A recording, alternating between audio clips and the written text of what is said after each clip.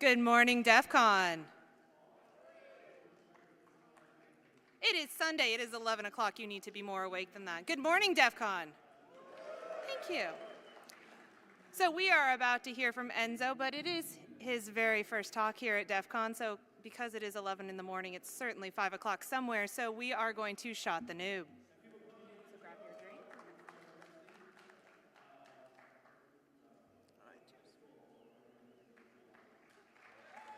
Josh, you are good to go. I'm going to give you 10 minutes, 5 minutes, no time. All right. So everyone, with that done, we have no time to waste and a lot of ground to cover. This is Journey to the Center of the PSTN. I'm Enzo D'Amato, and first a little bit about me. So I got into computing when I was very young, got a bunch of servers, turned them into this, then got one of these, and put my servers in a professional data center. After doing that, I started looking for the next big challenge. I mean, after getting an ASN, you got to find something new to do. And for me, the answer was telephones. I wanted to figure out how the phone network worked, how I could become a part of it, and some interesting and unique exploits that you could do from the inside of the phone network. And this talk will take you through all of that, how you can become your own Ma Bell. This talk, however, is not legal advice.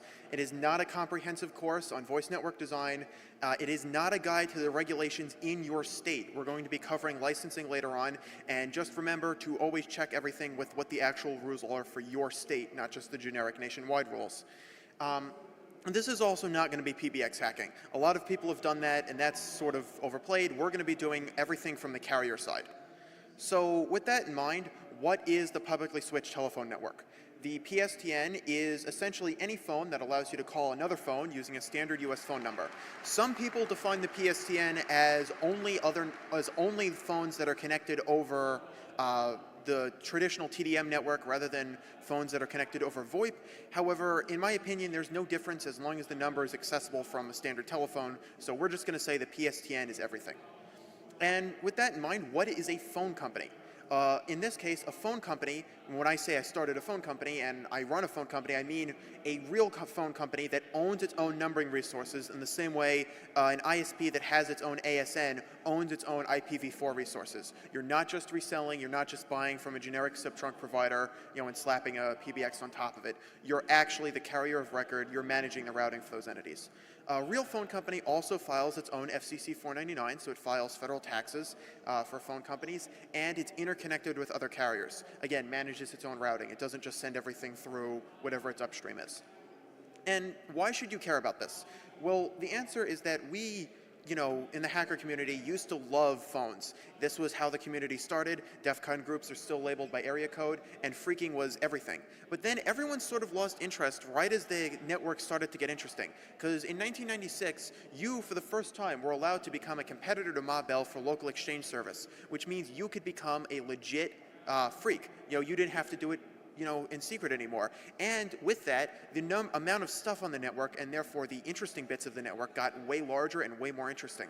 So we're going to be looking at all of those new interesting bits of the network. Unfortunately, we do have to cover first a bit of history and a bit of terminology for those who are new to phreaking and new to phones.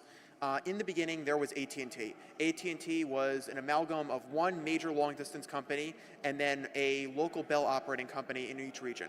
The long-distance company did long-distance, and the local companies provided dial tone and local calls. However, this would break apart in 1984, which created 9 separate RBOCs, or regional Bell operating companies, in each region of the United States, and one IXC, or inter-exchange carrier, that was the AT&T long-distance entity, that was subject to competition for the first time. MCI, Sprint, the other long-distance carriers, if you remember dial-around codes. And this is sort of a graph of how things broke apart and then merged back together. As you can see, there are 3 major phone companies, all of which own their own long-distance branch, and all of which also own a significant chunk of the U.S. geography for phones. The only difference now is that Quest is now level 3, but these companies are the RBOC successors, what happened after the RBOCs got broken up.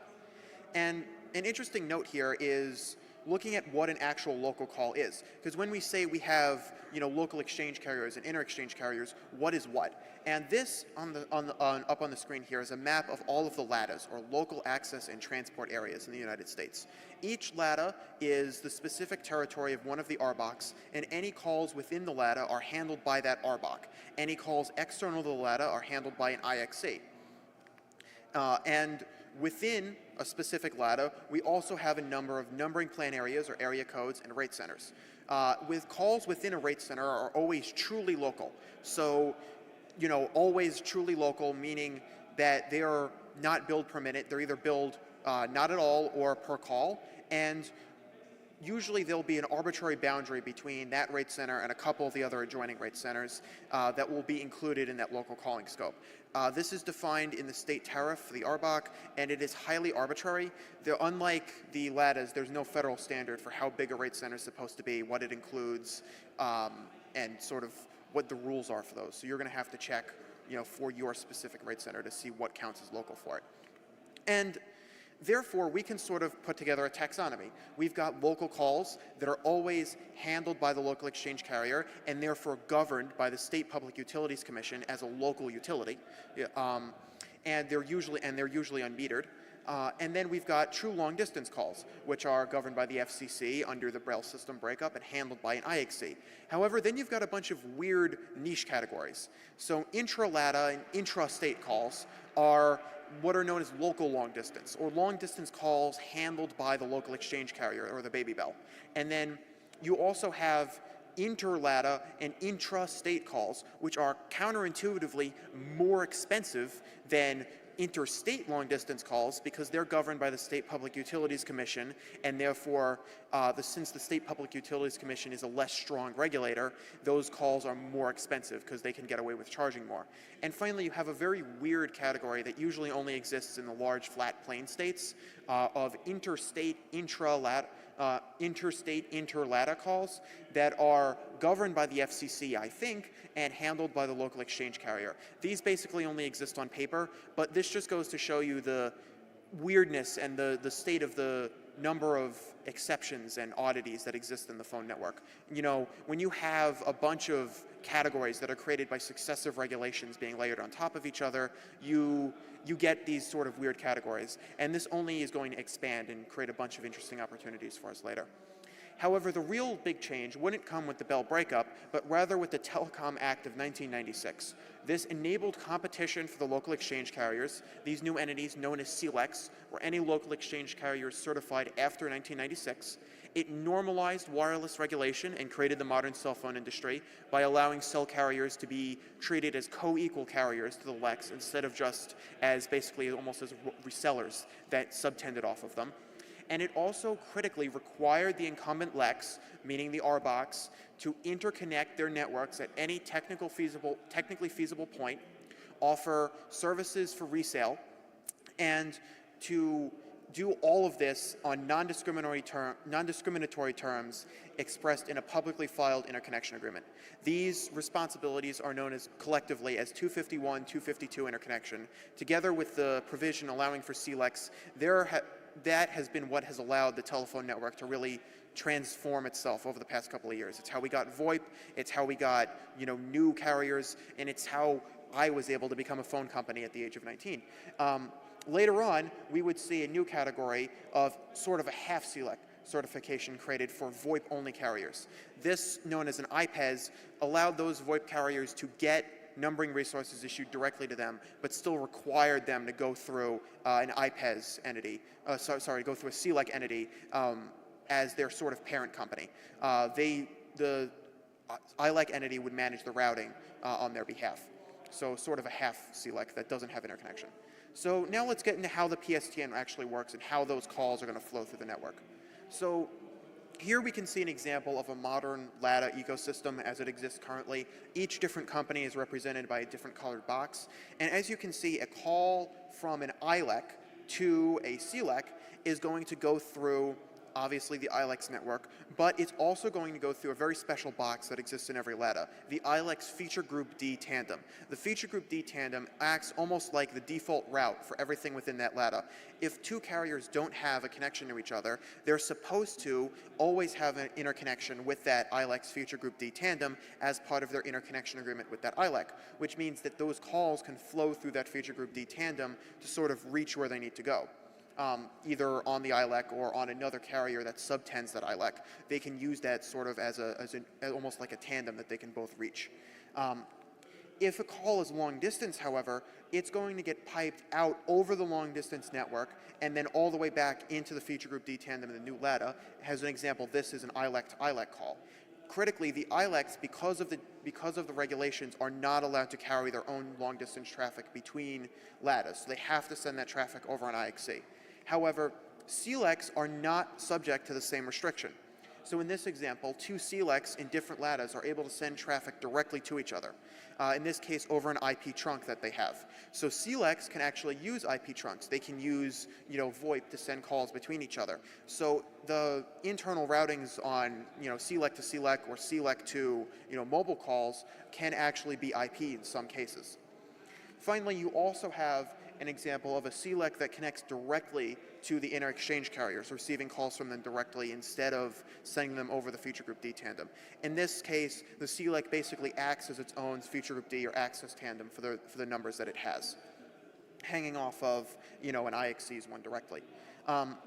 This allows us to put together some general rules for routing with the caveat that voice routing is very ad hoc. It's not particularly well-defined like BGP routing is, where like a BGP router will always be able to use BGP to pick the best route to a given point.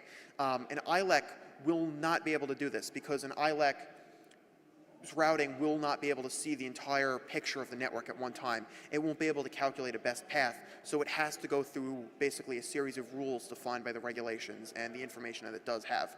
These rules generally are as follows. If two carriers have a private IP interconnection between each other, that will be used by default. It's much cheaper, and everyone prefers to keep things on IP as much as possible.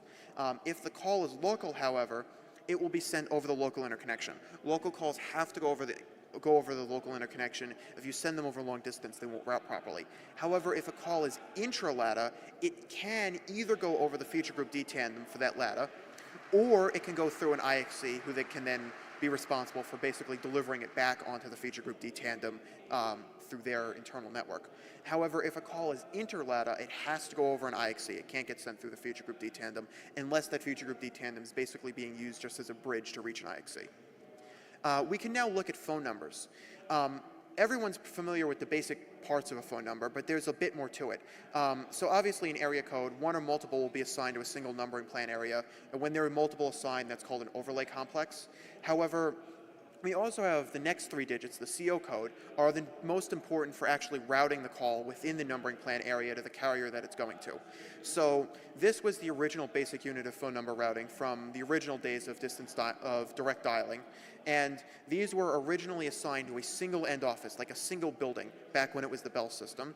After the breakup, these started just being assigned to a single entity, so it's like a single, licensed local exchange carrier. However, even this was too inefficient. They were noticing that especially with the rise of smaller CLECs, you'd have CLECs that were getting a CO code in every rate center and only using about 1,000 of those numbers, meaning that all of those blocks, potentially hundreds of thousands, if not millions of phone numbers, would only be 10% utilized or less. This was extremely inefficient, and therefore they created the number block pooling system. Instead of assigning people CO codes directly, instead a CO code would be broken up into its constituent thousands blocks, and these would be assigned to carriers, and we would route on these thousands blocks instead of routing on the full CO code. This allowed us to make much more efficient uses of our routing, but it wasn't adopted everywhere. It was required in major urban and metropolitan areas by the FCC. However, in more rural areas, it's optional, and again, you'll have to check with your state public utilities commission to see what rate centers in your area are pooled. Most of you will know that if you change carriers, you'll be able to take your number with you. However, you may not know how this is implemented. The routing that I just displayed is fairly static. It's based on block. So if you move your number, how is that number going to be able to move with you? The answer to this is number portability, or porting. The porting allows you to take the number with you by adding a routing overlay, a query layer on top of that existing base routing structure. And the way this works is that each number gets an LRN in addition to its, normal appearance. And when that number is called, we hit a database for that outgoing call and we get back the LRN. We are guaranteed to know that the LRN will be a phone number, in a CO code owned by the destination carrier. So the destination carrier's CO code will point to that switch, and then we can route to that CO code, and we know that routing to the LRN CO code rather than the original dialed number will get that call to the switch where it actually lives rather than the carrier that initially owned that number. And then we can put all this together and actually figure out how routes are built. So an AOCN loads routes into birds. Birds then feeds a database called the LURG. The LURG is a pile of CSV files, a bit like several gigabytes worth of CSV files. And those CSV files form the routing information for the entire network. These CSV files are sent weekly to all of the carriers that are subscribed to the LURG, and then they use these CSV files to manually build routing entries on their switches, sometimes using scripts, especially if they're a larger carrier. And within the LURG entries, there'll be a bunch of codes known as SILI codes. The SILI codes identify each individual switch or routing entity on the network, and then these codes are then manually associated to either SS7 point codes in the case of SS7 signaling, which is the most common, especially for legacy networks, or sometimes for VoIP signaling in the case that the two carriers have implemented VoIP between each other. This is a very manual process, obviously, and it takes, on average, 30 to 60 days for the network to update with a new full CO code, and about 14 days for a new thousands block. It's slow, very, very slow. And the reason for this is because, again, it's a very manual process. Those switches do not have the capability to communicate routing information to each other, so we have to maintain the routing information centrally. All of these different parts of the network are governed by separate regulatory bodies that you're going to have to interface with. So phone numbers are governed by NANPA, or the North American Numbering Plan Authority. Portability and number porting is governed by NPAC. Operating company numbers, or OCNs, which identify individual telcos, and individual telcos in a state, are governed by NECA. And then SILI codes, the SS7 point codes themselves, the LURG, and IAC codes, and basically any other code that you'll need is controlled by a company called iConnective, which is basically allowed by the FCC to have a monopoly on routing information for the entire network. Billing is another interesting topic. In almost all cases, the calling party pays. It's not billed 95.5 like internet traffic is. It's strictly billed per minute based on the calling party paying, with each call counting as an additional billing counter. The calling customer pays the calling local exchange carrier. The calling local exchange carrier pays the IXC that they're using to route that call. The calling IXC pays the receiving IXC. The money flows along the call path from entity to entity. It's not end-to-end, it's hop by hop. And there are also a few special cases. The most prominent is 800 numbers, where the money basically flows in reverse. There are entities known as RESP orgs, or responsible organizations, which handle the toll-free routing, and they handle billing for that routing, and the billing passes from the called party back to the caller. 900 numbers and 500 numbers used to be special cases because they were premium numbers that were upcharged. However, these numbers don't exist anymore. The software to build them no longer exists, so they're not routable on the current phone network. Local calls are almost always unmetered, or if they are metered, they are pay per call, not pay per minute. So now, with all of that information, all of that details about the phone network, let's actually get to doing something interesting and useful with it. We'll start with access stimulation. So if you were listening during the segment where I was talking about phone number billing, you may have noticed that the calling party always pays. And since most people nowadays have an unlimited minutes plan on their phone, can you make money off of this? Having people just call you and collecting the money? And the answer is yes. Access stimulation has been one of the longest running legalized abuses of the process since the very early days of competitive local exchange carriers. And the process goes about like this. We have, but so all we have to do in order for this to work is to get people to call us. It is that simple, because the money will always flow along the calling path, and our carrier will pay us. So we just have to generate a volume of calls. So imagine it's 1996, and you need people to call you and sit on the line with you for a long period of time so you can make money. How are you going to do this? And the answer is dial-up. Dial-up in 96 was the golden ticket for this. There were many CLECs that were created specifically for the purpose of either being or serving dial-up ISPs. The dial-up calls were 100% inbound, and people sat on the line for hours. So they could just rack up the billing. They would sit on the line, and the dial-up ISP would, become a CLEC. Since they weren't serving real customers, they didn't have to run lines. They didn't have to get a fancy switch. They had almost no costs. They just had to connect their dial-up modems into the, interconnection trunks that they were getting from the RBOC, and they could collect those inbound minutes and profit off of this. However, the FCC would kill it in 2001 with the ISP remand order. They would rule, and I still do not understand where they got this from, but they ruled that internet traffic is considered interstate because it's going to the internet rather than another person at a fixed location. I still don't know how the FCC came up with this ruling, but they basically did it so that they could seize control over the reciprocal compensation for those ISP calls, which had previously been a state issue. And then the FCC basically said, since this is interstate, we can set the rates for it. We say you get nothing. This doesn't count. ISP calls don't count. You can't get compensation for them. Later on, much later on, they would kill local compensation for local calls altogether. However, there was still another plan. All we have to do is get people to call us. So if dial-up isn't working, what are we going to do now? We're going to give people free stuff. Freeconferencecall.com is one of the original people who pioneered this space, but there were a lot more. Basically, any music, chat line, conference site, anything that people would call into and use for long periods of time. And critically, during the period between 96 and when dial-up died, when the dial-up loophole died, people got unlimited long-distance packages where they could talk long distance for a long time or almost unlimited amount of time. We combine the free stuff with locating our numbers in the middle of nowhere so we can harvest higher per minute rates from them. We combine that with our unlimited plans, and we get a pile of money. We're talking millions upon millions of dollars back when this was running at its heyday, and we make AT&T extremely mad. This likely cost AT&T more in a month than all of the freaks of the 60s and 70s did the entire time they were operating. The scale of this was really astronomical, and it hit its peak during COVID, back when everyone was calling into conference call sites. However, this too would die. In 2011, the FCC finally closed the loophole and said that if you're doing a revenue share agreement with the person who's driving your inbound traffic, and you either have an over 3-to-1 in-out ratio or 100% year-on-year increase in inbound calls, you don't get access revenue. Unfortunately, there was still another loophole.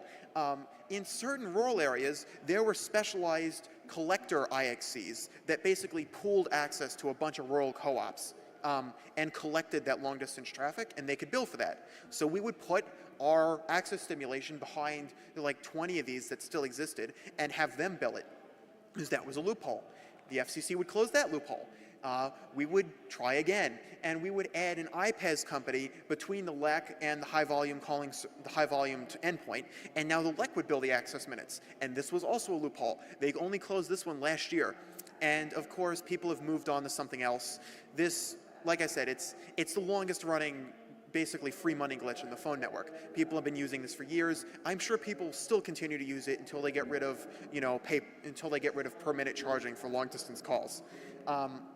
And you may be wondering, why do you care about this? And if you've looked at your PBX logs, if you have SIP exposed, you may have noticed that there are a lot of people attempting to brute force your box. Why? Why are people trying to brute force PBXs on the internet? How is that a profitable activity for them? And the answer is that this same principle that works for domestic calls also works for international calls, where the rates aren't, half a cent per minute, they're 50 cents a minute. And if someone is actually able to get into your PBX and you've got international dialing enabled, or hell, even if you've got domestic dialing enabled, they will run up a tremendous bill on your PBX until you figure out that you've been hacked and you close the loophole. It is a pretty big money attack, and it's the reason why everyone is always trying to brute force into your SIP servers. Now let's get on to another attack, something more traditionally freaky. Let's say we want to make robocalls and we don't want people to be able to identify that we're making them.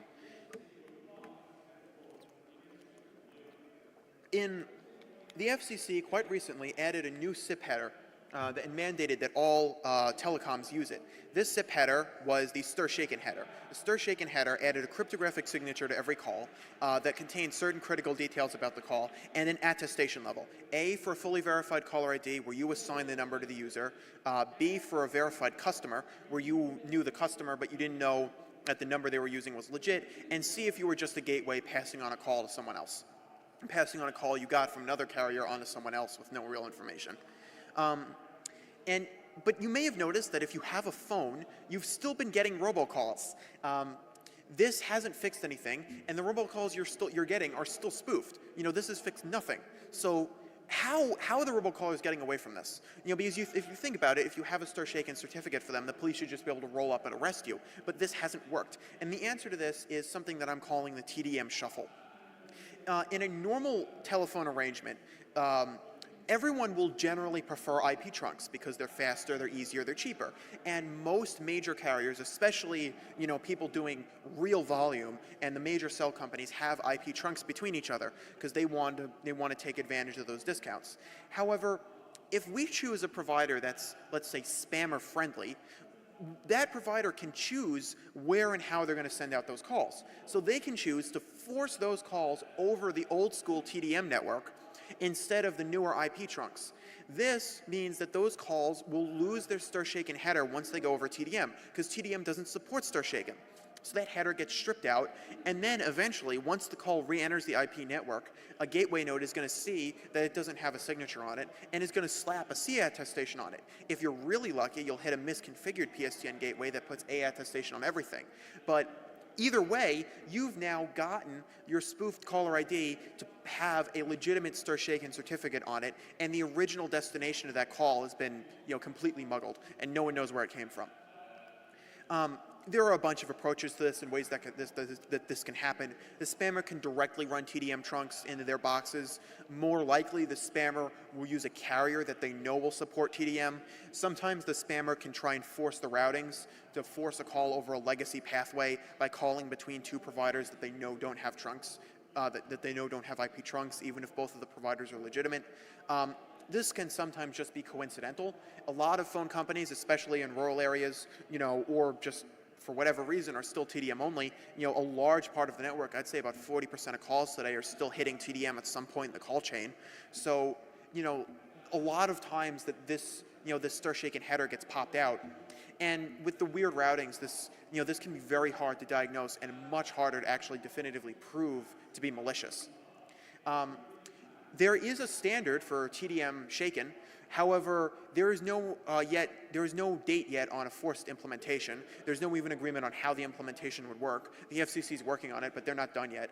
And I'm sure the fact that the robocall carriers are harvesting millions of dollars in revenue for carrying these robocalls has absolutely nothing to do with the fact that we haven't gotten a fix for this yet. Yeah. Now, let's say we want to do something a bit less technical. We're not a carrier. We're just a jerk, and we want to blast people with spam. We can harvest a technique that will be familiar to anyone from the old days of email spamming. I call it snowshoe. But essentially, what we do is we get 20 shell companies, and each shell company signs up with 20 mom and pop or super tiny, VoIP providers that aren't doing good KYC, that aren't doing proper attestation. They're not doing caller ID filtering on their outbound calls, and all of these companies are going to get 5% of the overall spam volume. So the spammer might be having a tremendous spam pipe cranking out, tens of thousands of calls a day. Remember, the car warranty robocall, thing was one guy. That was one spam operation. That was one guy, and he had all of these accounts with a bunch of other people, and he was blasting these calls out and basically spreading them out. So even if any one of these, entities would get zapped by the government, there would be no way to really get the root guy because it was all shell companies. This was combined with the fact that a lot of these small carriers aren't doing KYC properly. They don't know who their end customer is. They're not stopping that customer from sending out stupid amounts of traffic for their profile size. They'd let a residential customer have 100,000 lines active, and that can become a real powerful attack vector. This is made even better by the fact that numbers are so cheap now. If numbers are 1 cent each, we're going to buy one per day per company and just switch them out. And the state attorney's general robocall report has noted that this is one of the big issues they're seeing, that caller ID filtering has become almost useless because spammers will never use the same caller ID for more than a couple of calls. And we can, of course, mix and match both of these techniques for maximum damage, spreading calls across piles of tiny, middle of nowhere in the country, TDM carriers, all of which aren't doing KYC, all of which are muddling the call flow, and all of which can never be tracked back to us, especially when you consider that a lot of these carriers have 3 or more resellers and other entities in the chain, between customer and the actual entity in the LERG responsible for routing. And since only inbound carriers require licenses, none of these, high-volume VoIP carriers are regulated, so you can't take away their license. You can't kick them off the network. You've got a recipe for infinite robocalls with almost no mitigation. And this is just scratching the surface of, carrier-side VoIP abuse. Again, once you get your certification, the doors are open to you. You can do everything that you want pretty much legally. You've got local number portability abuse. You don't need a PIN for wireline ports. You can just make a fake LOA and steal someone's number. SS7 devices haven't been pen tested in, I think, ever. And that's not even considering just plain freaking, sending out calls with no ANI, sending out calls with a charge number set to someone you don't like because they get billed for it. Sending out, using your access as an AOCN to hijack number blocks and numbering resources.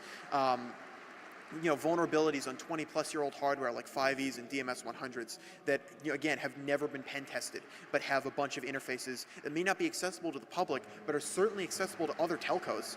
You're basically only limited by your time and the imagination you're willing to put into this. It's like a new internet to play with. It's wonderful. Now, finally, hopefully you're all interested enough that we can discuss CLEC formation, the actual process to become a phone company. So let's do this, and let's do this quickly. So, first thing you're going to do is you're going to need to get certification. So then establish interconnection with another phone company so your calls will route, set up a switch, get your numbers, and then handle taxes. So there are a bunch of different types of certification. I'll let you read this slide later, it's on the server. But the key ones you need to understand, the ILECs are existing phone companies before '96. There are no new ones, you either have to buy one or merge into it. CLECs are new wireline companies, and cell companies are wireless companies, and IPEs are IP only. In terms of picking which one you want to get, if you can afford it and you don't plan to be doing like wholesale minutes because wireless carriers have to sell wireless, wireless is by far the easiest type. It's included with your wireless certification, so if you can track down any common carrier wireless certification, you're basically good to go. If you don't need interconnection agreements, you can get an IPES. However, it's nationwide, it has minimal ongoing paperwork. However, the FCC is slow and expensive to deal with, and again, you don't get to do interconnection agreements, so you're basically completely shut out of TDM. If you want maximum power, like you want the full set of certifications, you want to be, as MobBell as you can be, you want to get a CLEC certification. However, the downside is that these are a lot of paperwork. You have to get one for each state you want to operate in, so you have to file paperwork in each state, and you need to file ongoing reports in each state. And it's also a tax headache, because again, you have to pay taxes in each state. However, the application process for all of these, again, except mobile, is fairly simple. You file with the State Public Utilities Commission. You need in general, some financial information, balance sheets and income statements, resume for your key executives and key personnel, descriptions of the service area that you want to serve and the services to be offered. This can be the whole state and everything. Just write something that sounds good for those categories. And a brief description of what equipment you want to put together. Again, the people at the PUC aren't really tech experts. They just want to have some idea of what you're going to be setting up. Then be prepared to wait about 30 to 90 days. In terms of getting approved, The best advice I can give you is to read the Public Utilities Commission docket. Every application that has ever been filed is public, and it's in there. You can read the applications that got approved, and more importantly, you can read the ones that didn't. You do what's in the good ones, you don't do what's in the not good ones. Download one that got approved quickly by a major carrier and just modify it to suit your needs. Generally, however, having a team is better. Hacking is a social activity, especially phone hacking. The more people you have on it, and the more years of experience you're able to show, the better. This goes doubly well if you have actual telecom experience, but this isn't a necessity. Just have some idea of what you're doing. The biggest and most important thing is you can't have a criminal record or judgments, especially for fraud or consumer, consumer abuses. I don't know about other stuff, but I know that basically if you got convicted for defrauding people, they're never going to give you a license for obvious reasons. You also need some amount of money. The actual amount varies from zero in liberal states, or not liberal as in politically liberal, liberal as in liberal in giving out licenses, to a fairly decent chunk in other states that require you to have a specific amount of equity or a specific balance. Again, check your state's website and read your state's laws. Read the laws. It will tell you what needs to be in the application. Make sure you put that stuff in there. And don't be afraid to call. Generally, the Public Utilities Commissions are more friendly than you might think. You'll have to, shop around a bit to get to the right person. But generally, once you get to the right guy, they'll be able to help. It's not as hard as it used to be. In the 90s, it was very difficult to get approved. Now, it's almost deregulated, so you just have to do a box-ticking exercise almost.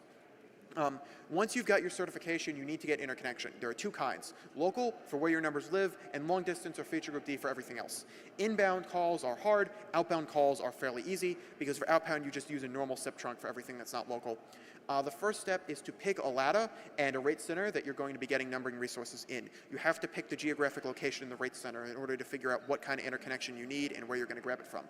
Local interconnection is the harder of the two. You need to find that you're going to need to get an ICA in the area where you want to get numbers, in the rate center where your numbers are going to live. For RBOX, this process is fairly standardized. If inflexible, you're going to send them an email. They're going to send you an information request form and credit application, and then a draft interconnection agreement. That's part of their standardized template. You're going to fill out the draft ICA and send it back to them, and you're done in about a month. For a smaller ILEC, the process is a lot more variable because they almost certainly won't know what you're talking about. You're going to have to go through multiple rounds of people until you either get their regulatory guy or their whoever is responsible for that at their company, and you might have to send them a draft ICA because they might not have one on file. But the upshot to this is that even though it's harder to deal with them, they are more willing to negotiate and more flexible. So if you need something that the RBOC doesn't want to give you, they'll be more helpful. If you want to deal with TDM, you've got a few difficulties. So firstly, the actual media part of TDM is pretty easy. Cheap T1 media gateways are everywhere. However, SS7 is a real killer. If you have to deal with it, you're basically going to have to develop a custom platform because it's not supported on anything. However, you can order MF trunks still in a lot of parts of the country, so you can use MF to avoid this. There are also interconnect companies that make the process easier. Peerless, Intelliquent, WideVoice, the big three. However, there are a lot more. These companies basically provide you a TDM and IP translation service. However convenient this may be, it also is an added cost per minute and sometimes per number. Check with whatever provider you're going to deal with. But this avoids having to pay for either a fiber midpoint splice or leased facilities from the ILEC. This isn't that bad in terms of actually ordering real TDM from the ILEC if you're close to them, if you're in the same LATA, if you're in their service territory. However, if you're outside of their service territory, those rates are no longer regulated and therefore are obscenely expensive. We're talking tens of thousands of dollars for a single T1 if you need to run it like between states or something. So again, your mileage may vary. If you're staying local, you might be able to just deal with the RBOC directly. If you're not, you might have to do something different. Long distance interconnection, thankfully, is a hell of a lot easier. You can just get an ICA with your RBOC. If you have an ICA with your RBOC and you're doing TDM, you can just do long distance through them. Otherwise, you're going to want to look for an access homing tandem service. This is either cheap or free, again, depending on who you deal with. If you're doing decent volume, you can even get some of that access revenue that we were talking about before. In either way, this is easier to get because there's no incentive for long-distance companies to protect their brand or their territory. It's a profit center for them to be selling, interconnection because they're getting, a fraction of that per minute revenue. Switch building is where you really get to exercise your creativity. A couple of the major SIP platforms, I have their logos up, but you're going to pick one or multiple of these and put something together. Generally, you're going to need a session border controller or a gateway signaling element to deal with SIP and load balancing and that sort of thing, and then some sort of media element to do codec translation, to do NAT traversal, that sort of thing. This is where you can really show your creativity and make your voice service unique. There's a ton of flexibility you can show here, but it is a bit of a larger project because you're going to have to develop something. Again, this is also sort of what you want to do. You can get away with a single asterisk box if you just want to be tiny and serve yourself, but if you want something production ready, you're going to need to do more. A couple key notes here. IMS is the standard for LTE. It's confusing, difficult, and generally a nightmare to work with, but you do need it if you want to deal with phones or if you want to follow the technical standard for residential VoIP services, but no one really uses it if they don't have to.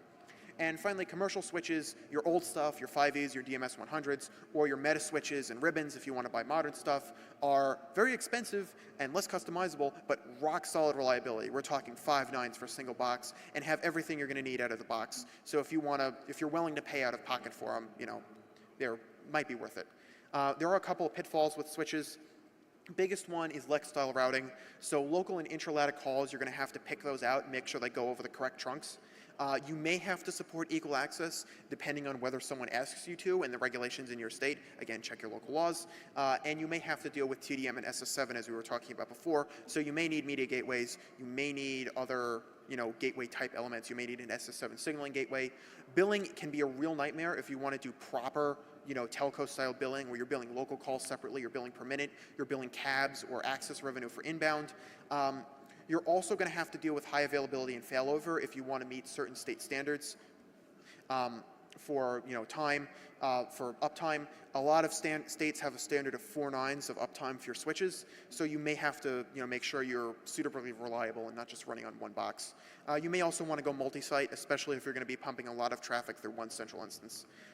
There are issues for how to do this, clustering and that sort of thing. VoIP is not particularly easy to cluster like websites. Once you've got your switch set up, you're on the home stretch. Now all you need to do is follow for your numbering resources. You're going to go to NAMPA, or the North American Numbering Plan Authority. You're going to send them your OCN. You're going to send them your long distance interconnection details, and you're going to send them your SILI code for your switch. Then you're going to wait 45 to 90 days to get your central office code, or a bit less if you're just getting a thousands block. Once you're approved by NAMPA, you're going to get an AOCN to put the numbers into birds and set up the routing records. You're going to talk to them about how you want to get your routing set up, and then you're going to input your numbers into NPAC so people can port them. After you're all set up and all fully online, you're going to submit Part 4 with NAMPA, and if your numbers are pooled, you'll also have to send in a PSTN confirmation to say, basically attest that you've fully built out the block. And then you're done. You are now an official phone company with your own numbering resources built out and with your own interconnection set up and routed. We're going to finally have a few concluding notes and hopefully get that done before we run out of time. So firstly, if you're a phone company, or hell, even if you have an internet-connected PBX, monitor your call and SIP logs, set alerts for unexpected usage, especially for weird international destinations. Lock down those weird international destinations. If you're a normal company, why are your employees calling Uganda? They probably shouldn't. Nothing wrong with Uganda, just they charge like 50 cents a minute for a call. So you want to make sure that's not happening if it doesn't have to be. DID rotation or people swapping out phone numbers if you're a carrier is not normal and is almost a certain sign that that person is using your service to send spam calls. You're going to want to monitor your customers too. Know the real person behind every company, know who's making your calls, know who you're dealing with, and set limits on your switches to match that. If a customer says they're home, they don't need to be making 40 calls at the same time. If a customer says they're a large business, you should expect them to have, not be switching out their numbers every 2 days because that's not normal for anyone. And never give out people the ability to swap out their caller ID and basically supply what the caller ID is going to be unless you absolutely have to. It's the #1 way that spammers are able to abuse phone services. In terms of public policy, if we have any feds in the room, require ILECs to support IP interconnection. This would solve a huge chunk of our issues for the TDM shuffle and the evasion of stir shaken. And it would also at the very least, get the FCC moving on mandating out-of-band star shaken support. This would be a big thing for fixing a lot of our, a lot of those problems. End-user shaken might also be a good idea. If you force the end-user PBX to sign the call rather than the, the calling carrier, this would allow us to set up proper, black hole lists for PBX for people who, calls are frequently associated with spam. And it would allow us to track the call directly back to the originator rather than their carrier.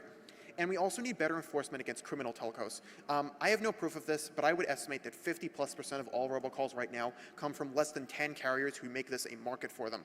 These guys need to be kicked off the network because they're the source of all the spam, basically.